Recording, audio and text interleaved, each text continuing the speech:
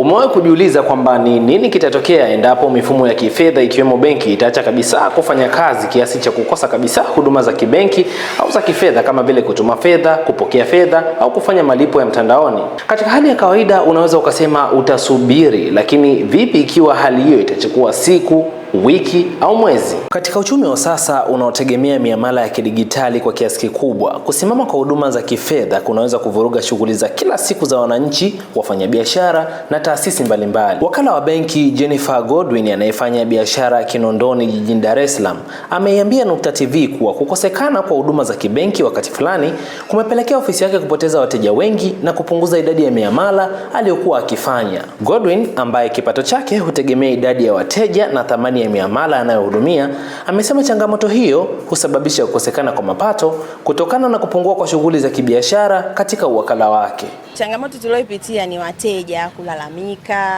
kuna ambao wameingiziwa mishahara wanategemea wanakuja kutoka kwa mawakala. Ni kwamba wameninyima kamisheni kadhaa hivi katika miamala ambayo nafanyaga wateja wangu wa kila siku na wateja wapya. So kuna kamisheni kidogo itapungua katika kamisheni ambayo natarajia kuipata kwa mwezi. Ahmed Khan, mmoja wa wateja wa huduma za kibenki, kupitia mtandao wa kijamii wa Instagram, ameeleza athari za kukosekana kwa huduma za kibenki kulivyovuruga shughuli zake za kibiashara.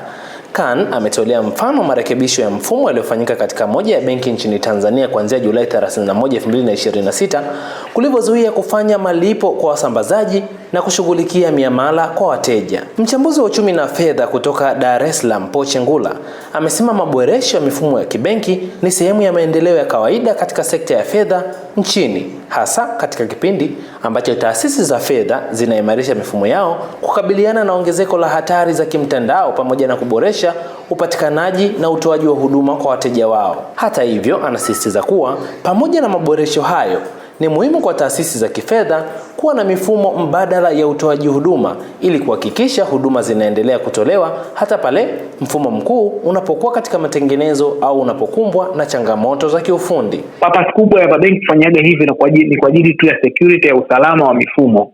Wanamiliki pesa za watu wameweka hela kule. Serikali ndio inasimamia taasisi za kifedha ambao chini ya BOT. Kwa hiyo BOT mwisho wa siku wanawalazimisha mfanye update ya mifumo yenu kulingana na matishio ya kiusalama kwenye masuala ya kiteknolojia ambayo yanakuwa yametokea.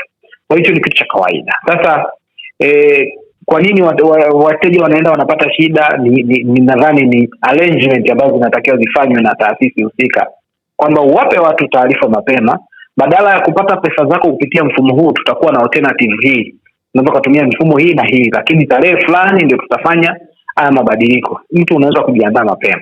Kwa information is very very important. Sasa inaathiri vipi uchumi wa nchi na uchumi wa mwananchi kawaida?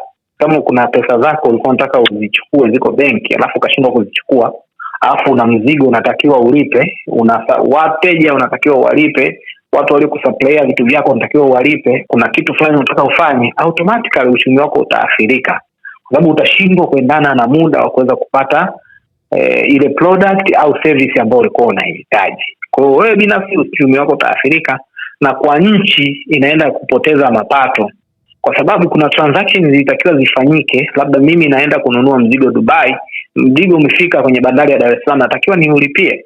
Serikali inapata kodi. Kwa hiyo serikali sasa itashindwa kupata kodi kwa sababu sijapata hela zangu kwa wakati.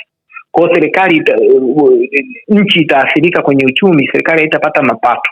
Kwa activity nyingi hazitafanyika ambazo zinategemea tozo za serikali na kodi. Kwa automatically huduma kama hizo zikiwa na delay au zisipopatikana zinaenda zinamwathiri mwananchi wa kawaida. Aidha, ili kukabiliana na changamoto hiyo, amewashauri Watanzania kutotegemea njia moja pekee ya kufanya miamala ya kifedha. Unajua, unapokuwa na backup plan kwenye vitu vyako unaovifanya, kwenye activity zako, inakuwa inasaidia sana endapo itatokea udharura. Kwa hiyo hata kwenye upande wa kifedha ukawa na alternative option mbalimbali za kudiversify hizo pesa zako. Unaweza kaeka huku, unaweza kaeka na huku.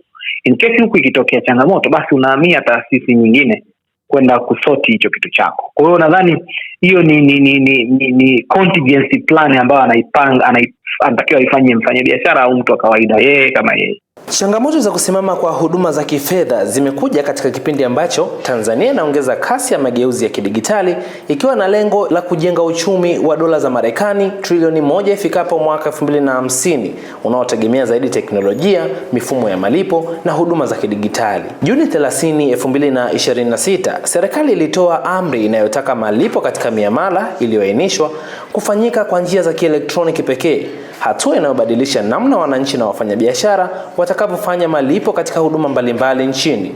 Amri hiyo ya miamala ya kielektroniki ya mwaka 2026 imeweka utaratibu huo katika sekta mbalimbali, ikiwa ni sehemu ya kupunguza utegemezi wa fedha taslim na kuongeza matumizi ya malipo kidigitali katika uchumi wa Tanzania. Kwa mujibu wa amri iliyotolewa, kuanzia Julai mosi 2026, malipo katika huduma mbalimbali na biashara nchini yanatakiwa kufanyika kwa njia za kielektroniki. Kwa lugha rahisi, ina maana kuwa sasa Mtanzania atahitaji kuwa na njia ya malipo ya kidigitali kama vile akaunti ya benki au huduma za fedha kupitia mitandao ya simu kufanya malipo kwenye shughuli zake za kila siku.